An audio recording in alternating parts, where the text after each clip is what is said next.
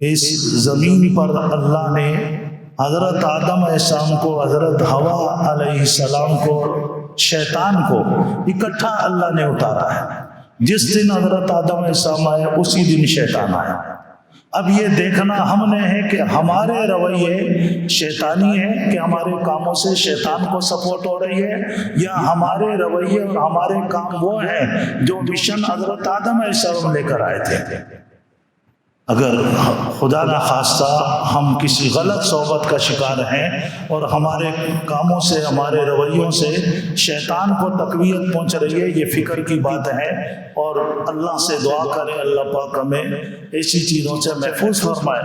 اور اگر ہم ایسے کاموں میں لگے، نیک کاموں میں، نیک کاموں کو سپورٹ کر رہے ہیں، نیکی کو پھیلا رہے ہیں، نیکی کو پھیلانے والوں کے ساتھ ہیں، تو اس پر اللہ کا شکر ادا کریں۔ ہر ایک کی صلاحیت ڈیفرنٹ ہوتی ہے، دین کا ہر کام ہر بندہ نہیں کر سکتا۔ یہ میں نے جنید جمشید رحمۃ اللہ علیہ سے سنا، امریکہ کے اندر ایک جگہ ان کا بیان تھا، میں بھی ان کے بیان میں شریک تھا۔ ان کا کہ جب میں دین کی طرف آیا تو کہا کہ میرا ذہن اس طرف چلا گیا کہ اب میں دین میں تو آ گیا، میں دین کا کیا کام کروں گا؟ میں نے پوری زندگی گناہوں میں گزاری ہے، دین کا کام کا مولانا تقی عثمانی صاحب کر رہے ہیں، مولانا طارق جمیل صاحب کر رہے ہیں، ایک علماء کی لسٹ تھی جو میرے دماغ میں پھر رہی تھی کہ دین کا تو یہ لوگ کام کر رہے ہیں، میں کیا کام کروں گا؟ لیکن بولا اگلے ہی مرحلے میں اللہ نے میری رہنمائی کی کہ ٹھیک ہے میرے میں یہ صلاحیت نہیں ہے لیکن میں ان کو سپورٹ تو کر سکتا ہوں، میں ان کو سپورٹ کروں۔ اور وہ امریکہ میں آ کر امریکہ کے مدارس کے لیے چندہ کرتے تھے۔ میں نے اپنا مشن کے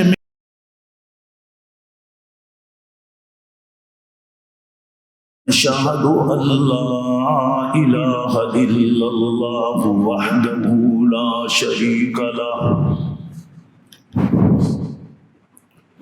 وحدہ لا شریک لہ فی الخلق والامر ارغاما لمن جحد بہ وکفر ونشهد أن سيدنا وسندنا ومولانا محمدا عبده ورسوله المبعوث إلى الأسود والأحمر لتتميم مكارم الأخلاق لا يخلق نبي ولا رسول بعده ولا أمة بعد أمته ولا كتاب بعد كتابه صلى الله عليه وعلى آله وأصحابه الذين هم كالنجوم في السماء للاهتداء والاقتداء وهم مفاتيح الرحمة ومصابيح الغرر أعوذ بالله من الشيطان الرجيم بسم الله الرحمن الرحيم قد أفلح المؤمنون الذين هم في صلاتهم خاشعون صدقت يا رب العالمين۔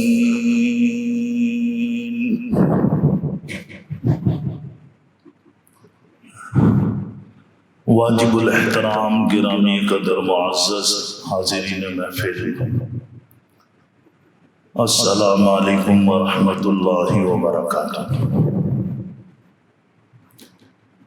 قرآن کریم فرقان مجید کی 2 آیات کی ابھی تلاوت اور سماعت کی سعادت حاصل ہوئی ہے۔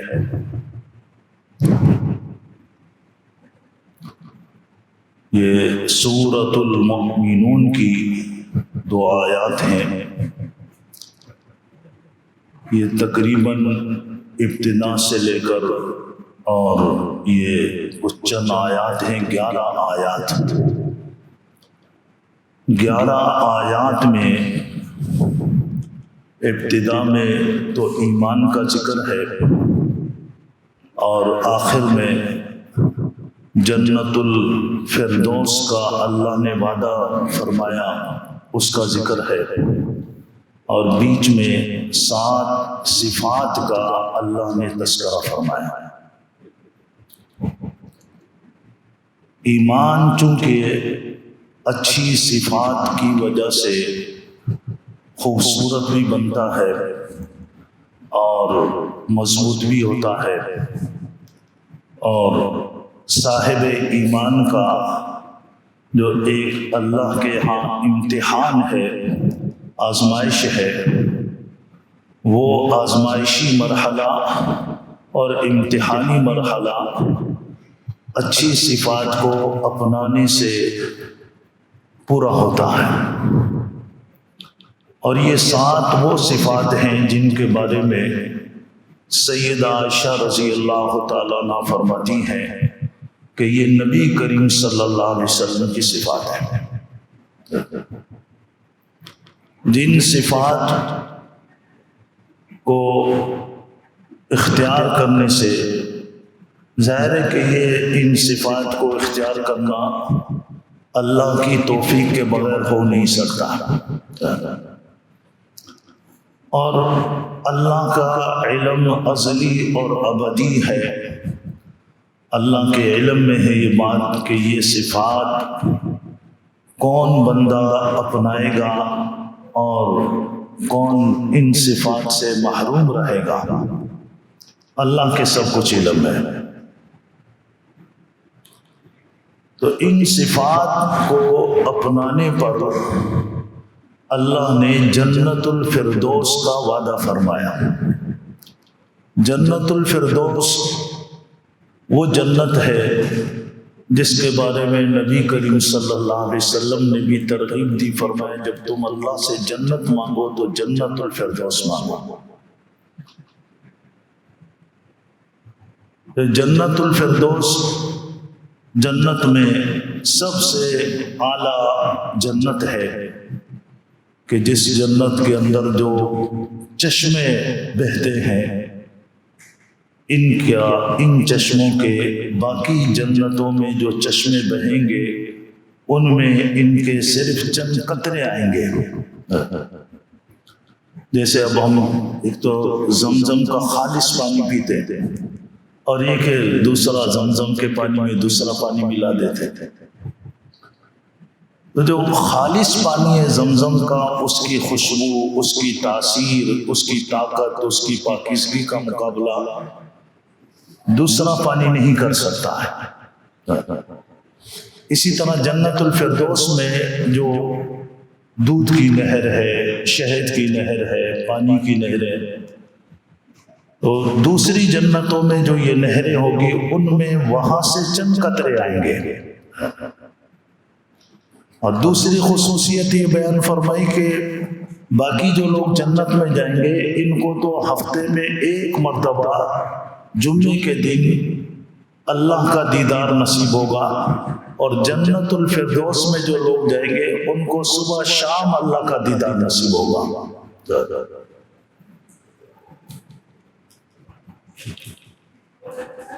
اب اس جنت کو اپنانے کے لیے کہ یہ جنت کن خوش نصیب لوگوں کو ملے گی، ان کے بارے میں ارشاد فرمایا کہ قد افلح المؤمنون۔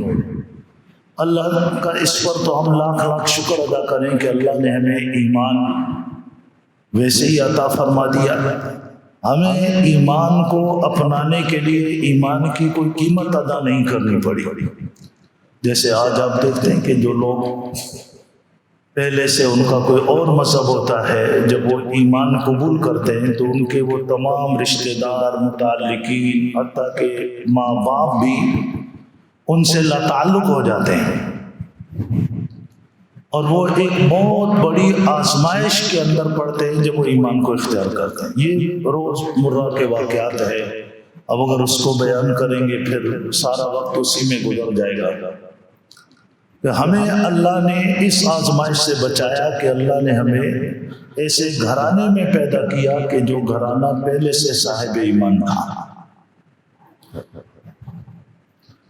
اب ہمارے لیے جو آزمائش ہے وہ ان صفات کو اختیار کرنے کی ہے جن کا ذکر سورۃ المؤمنون کی ابتدائی آیات میں اللہ نے فرمایا 7 صفات ہیں جن کے شروع اور آخر میں نماز کا ذکر ہے۔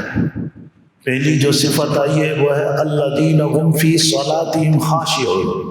خاشع، خا شین واو عین خشوع سے ہے۔ خشوع کا لغوی معنی ہوتا ہے سکون۔ تو خاشع کہتے ہیں اس نمازی کو کہ نماز کے دوران اس کے دل میں بھی سکون ہو، کہ اس کا دل اللہ کے سوا کسی کی طرف متوجہ نہ ہو، اور اس کے اعضاء کے اندر بھی سکون ہو کہ نماز کے ارکان وہ مسنون طریقے سے ادا کرے۔ اور اس کے اس لغوی معنی کی طرف نبی کریم صلی اللہ علیہ وسلم کی ایک حدیث سے اشارہ ہے کہ آپ نے ایک آدمی کو دیکھا کہ وہ نماز پڑھ رہا تھا اور نماز کے دوران اپنے ہاتھ سے اپنی داڑھی کو ہلا رہا تھا۔ تو آپ نے ارشاد فرمایا کہ لو خشع قلب ھذا لخشعت جوارحہ، فرمایا اگر اس بندے کے دل میں سکون ہوتا تو اس کے اعضاء میں بھی سکون ہوتا۔ یہ اعضاء جو اس کے نماز کی حرکات اور سکانات کے علاوہ باقی چیزوں میں مشغول ہو رہے ہیں، یہ اس بات کی علامت ہے کہ اس کے دل کے اندر خشوع نہیں ہے۔ جب دل سے انسان نماز کی طرف متوجہ ہوتا ہے تو اس کے اعضاء کے اندر بھی خشوع اور سکون پیدا ہوتا ہے۔ تو سب سے پہلی صفت یہ بیان فرمائی کہ یہ اپنی نماز کو توجہ کے ساتھ مسنون طریقے کے ساتھ ادا کرتے ہیں۔ اور پھر آخری جو صفت آئی ہے اس کے اندر بھی اس کا ذکر ہے والذین هم علی صلواتہم یحافظون، کہ وہ اپنی تمام 5 نمازوں کی محافظت کرتے ہیں۔ علماء نے لکھا ہے کہ بیچ کی صفات کہ شروع میں بھی نماز کا ذکر، آخر میں بھی نماز کا ذکر، یہ اس بات کی طرف اللہ نے اشارہ فرما دیا کہ اگر تم اپنی نماز کو درست کر لو گے تو باقی چیزیں خود بخود تمہارے اندر پیدا ہوتی چلی جائے گی۔ ہم نے دیکھا جو بندہ نماز کی پابندی کرتا ہے، نماز خشوع اور خضوع سے پڑھنا چاہتا ہے، تو اور وہ جتنی بھی چیزیں اس میں دیکھیں بیان کی گئی ہیں، ابھی دوسری صفت آئی ہے والذین هم عن اللغو معرضون، کہ فضول کاموں سے وہ اپنے آپ کو بچاتے ہیں۔ اب آپ خود دیکھ رہے ہیں کہ جو نمازی ہوگا 5 ٹائم نماز پڑھے گا اور نماز بھی وہ توجہ کے ساتھ پڑھنا چاہتا ہے، وہ فضول کاموں سے بچے گا۔ کیوں؟ اس لیے کہ یہ ایک شیطان کا بہت بڑا داؤ ہے کہ وہ ہمیں نماز سے باہر فضول کاموں میں مبتلا کرتا ہے، اور جیسے ہی ہم نماز کی نیت باندھتے ہیں تو وہ کام ہمارے سامنے لے آتا ہے۔ جو چیز آپ نے نماز سے باہر دیکھی ہوگی، نماز کے اندر وہ چیز اب ذہن بار بار اس طرف جائے گا۔ تو جو لوگ اپنی نماز کو خشوع سے پڑھنا چاہتے ہیں وہ نماز سے باہر اپنے اوقات کی، اپنے کاموں کی حفاظت کرتے ہیں کہ یہ چیزیں پھر ہمیں نماز کے اندر تنگ نہ کرے، پریشان نہ کریں۔ نہ ہوگا کہ نماز میں کھڑا ہوگا، باہر کی ساری چیزیں یاد آ جائے گی، سامنے وہ سارا سین سامنے آ جائے گا، اب نماز کی طرف توجہ نہیں رہے گی۔ اور جو بندہ نماز توجہ سے پڑھے گا وہ ان چیزوں سے خود بخود ہٹے گا کہ یار یہ چیزیں میری نماز کے اندر خلل انداز ہوتی ہیں، تو فضول کاموں سے اپنے آپ کو بچائے گا۔ فضول کاموں سے اپنے آپ کو بچانا نبی کریم صلی اللہ علیہ وسلم نے انسان کے ایمان اور اسلام کے خوبصورت ہونے کی نشانی بتائی ہے۔ فرمایا کہ فضول کاموں سے بچنا انسان کے ایمان کو خوبصورت بنا دیتا ہے، نبی کریم صلی اللہ علیہ وسلم کی حدیث۔ اور تیسری صفت بیان فرمائی کہ وہ اپنی زکوٰۃ کو ادا کرنے کا والذین هم للزکاۃ فاعلون، اپنی زکوٰۃ کو ادا کرنے کا اہتمام کرتے ہیں۔ اب بعض لوگ ماشاءاللہ رمضان کے مہینے میں زکوٰۃ کے مسائل پوچھتے ہیں اور پوری ڈیٹیل کے اندر جاتے ہیں، تفصیل بتاتے ہیں، تو جب مجھے خوشی ہوتی ہے کہ یار یہ دیکھو زکوٰۃ کے مسئلے پوچھ رہا ہے، اللہ کو کتنی خوشی ہوتی ہوگی۔ تو ابھی یہ جو اتنا ہمارے ہاں دینی رجحان ہے، لوگ زکوٰۃ کے مسئلے پوچھتے ہیں، نماز کے مسئلے پوچھتے ہیں، یہ سب علماء کی محنت ہے۔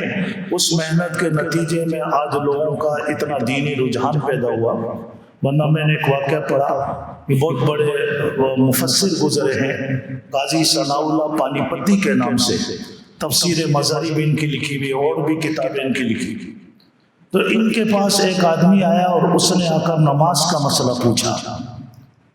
انہوں نے کہا کہ آپ ٹھہرے، اور جیسے اس نے مسئلہ پوچھا ان کی آنکھوں میں آنسو آ گئے اور اس کو ٹھہرایا اور پہلے خود 2 رکعت نماز پڑھی اور پھر اس کو مسئلہ بتایا۔ تو اس نے کہا یار میں نے تو آپ سے ایک چھوٹا سا مسئلہ پوچھا تھا، آپ کی آنکھوں میں بھی آنسو آ گئے، پھر آپ نے 2 رکعت نماز پڑھی ہے، تو کیا میرے مسئلہ پوچھنے سے آپ کو کوئی تکلیف ہوئی ہے؟ انہوں نے کہا تکلیف نہیں ہوئی، لیکن آج مجھے 40 سال ہو گئے اس علاقے میں رہتے ہوئے، پہلی مرتبہ تم آئے ہو جس نے نماز کا مسئلہ پوچھا۔ 40 سال میں ایک بندے نماز، کیا بے دینی کا اس قدر ماحول تھا؟ اس ماحول کو کس طریقے سے کور کیا گیا، اس کے لیے باقاعدہ محنت ہوئی۔ باقی یہ اللہ جس سے کام لیتا ہے وہ یہ اس کی خوش نصیبی ہے کہ اللہ اس سے دین کا کام لے لے۔ میں نے آپ کو بارہا کہا ہے کہ اس زمین پر اللہ نے حضرت آدم علیہ السلام کو، حضرت حوا علیہ السلام کو، شیطان کو اکٹھا اللہ نے اتارا ہے۔ جس دن حضرت آدم علیہ السلام آئے اسی دن شیطان آیا۔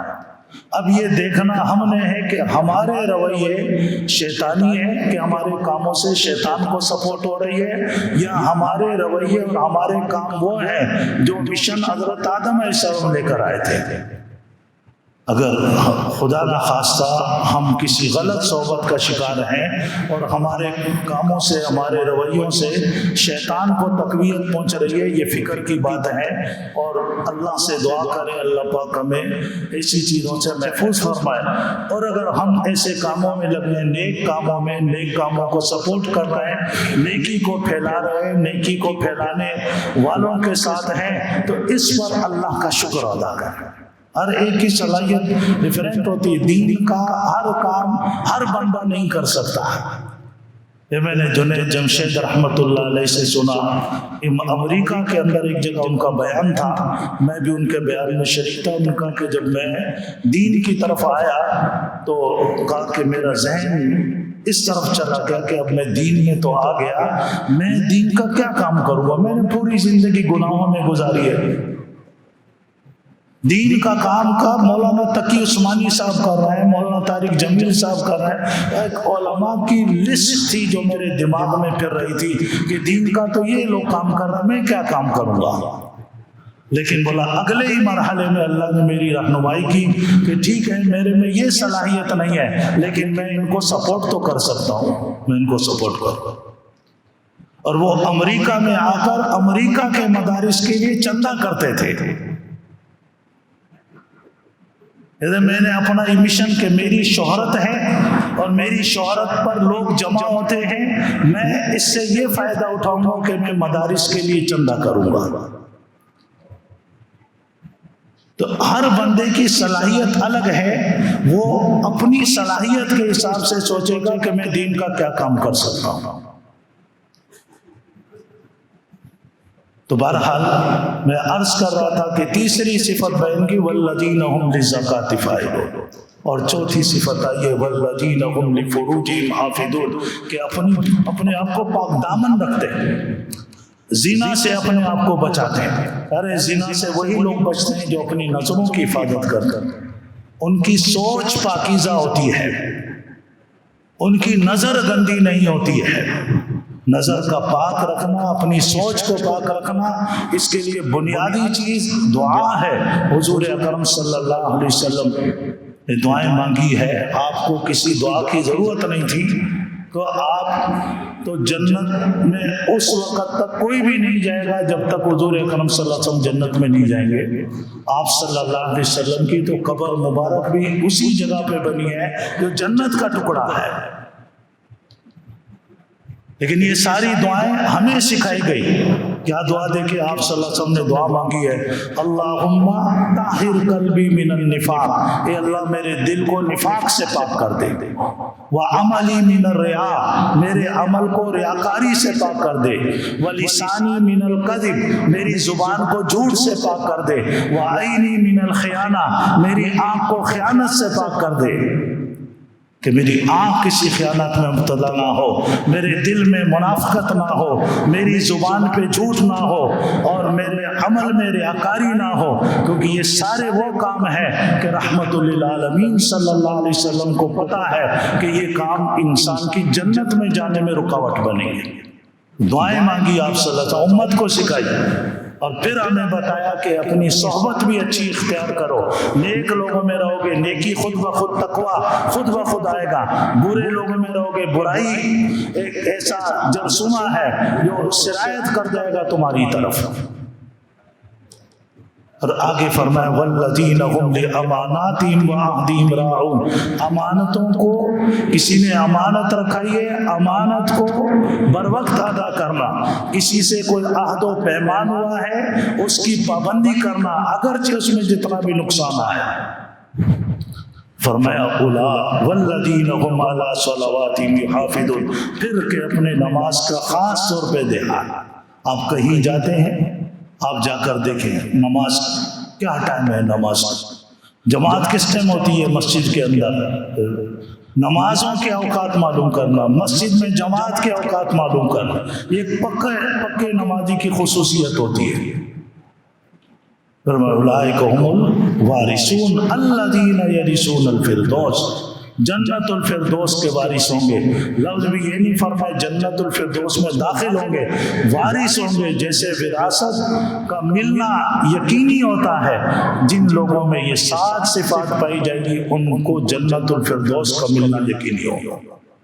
بنیادی چیز اس میں آپ نے دیکھا یہ جتنی بھی 7 صفات آئی ہیں جن میں سے 2 تو نماز سے متعلق ہیں، باقی لغویات سے بچنا، جھوٹ سے اپنے آپ کو بچانا، پاک دامن اپنے آپ کو رکھنا، امانت کی پاسداری کرنا، عہد کو پورا کرنا، یہ وہ چیزیں ہیں کہ جب ہی انسان کے اندر آتی ہے جب دنیا کی محبت انسان کے دل میں، گندی دنیا کی محبت نہ ہو۔ میں نے ایک واقعہ پڑھا، ہرات کے اندر ایک تاجر تھا، بہت بڑا تاجر تھا جو ہیرے جواہرات کا کام کرتا تھا۔ اس کے 2 بیٹے تھے۔ جب وہ فوت ہوا تو جہاں وہ اتنا بڑا مالدار تھا اس کے ساتھ ساتھ وہ بہت بڑا لکی اور خوش نصیب تھا۔ خوش نصیب اس اعتبار سے تھا کہ اس کے پاس رحمت للعالمین صلی اللہ علیہ وسلم کے سر مبارک کے 3 بال تھے، جو بال اس نے ایک سونے کی ایسی لمبی ڈبیا بنائی ہوئی تھی، اس ڈبیا کے اندر اعلیٰ قسم کی خوشبو لگاتا اس کو، اور اس میں اس نے وہ بال رکھے ہوئے تھے۔ جب وہ فوت ہو گیا، اس کے انتقال کے بعد اس کی جائیداد 2 بھائیوں میں تقسیم ہونی تھی، سب کو تقسیم ہوا، ہیرے بھی تقسیم ہوئے، جواہرات بھی تقسیم ہوئے، سونا بھی تقسیم ہوا۔ اب باری آئی ان 3 بالوں کی، مبارک بالوں کی، تو ایک بال ایک بھائی کے حصے میں آیا، دوسرا بال دوسرے بھائی کے، اب تیسرے بال پر ایک بھائی نے کہا کہ اس کو ہم کاٹتے، آدھا آدھا کرتے ہیں۔ وہ چھوٹے بھائی نے کہا خبردار، میری گردن تو کٹ سکتی ہے، رحمت للعالمین کا بات نہیں کٹ سکتا۔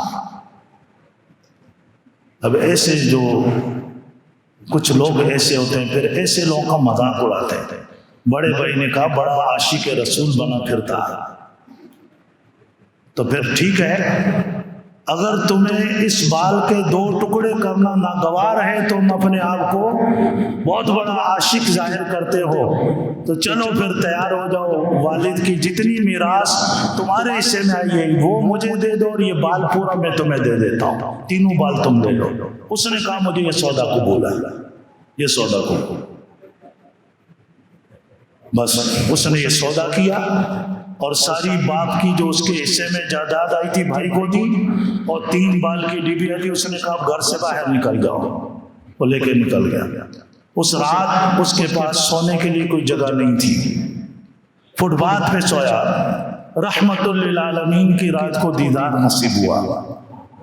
آپ نے اپنے سینے سے لگایا اور فرمایا یاد رکھو وہ دن ان قریب آنے والا ہے کہ یہ تمہارا بھائی تمہارے بنگلے پہ چوکیدار کی حیثیت سے آئے گا،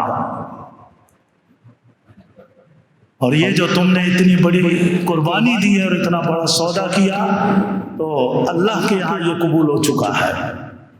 اور وہی ہوا، کچھ ہی عرصے میں اس کی وہ ساری جائیداد بھائی کی ختم ہو گئی، اور اللہ نے اس کو اپنے غیب سے اتنا دیا کہ وہ بھائی آیا اور کہا کہ جی میرے سر چھپانے کے لیے جگہ نہیں ہے، آپ کے یہاں چوکیدار کی حیثیت سے کام کرنا چاہتا ہوں۔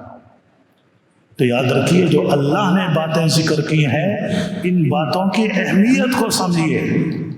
آج دنیا کے مفادات ہمارے دلوں سے انہی باتوں کی اہمیت کو کم کر رہے ہیں۔